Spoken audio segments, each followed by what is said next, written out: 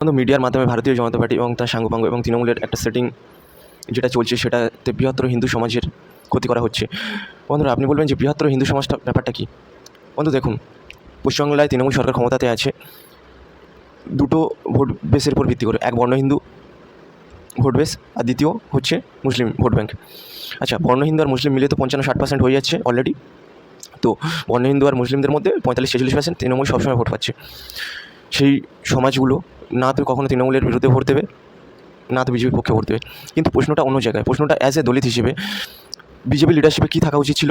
Lower caste হিন্দুরা থাকা উচিত ছিল। যারা ভোট দেয় বিজেপিকে তাদের থাকা উচিত ছিল। কিন্তু বিজেপি লিডার কি? বিজেপি লিডার হলো জগন্নাথ চট্টোপাধ্যায়, বিজেপি লিডার হলো অমিতাভ চক্রবর্তী। আপনি ভাববেন শুভেন্দু অধিকারী নিজে ওবিসি, অতএব শুভেন্দু অধিকারী বলবে আমি বামন। তাহলে ঠিক আছে, তর্কের খাতিরে ধরেই না হলো তুমি বামন, তুমি বাঁদর।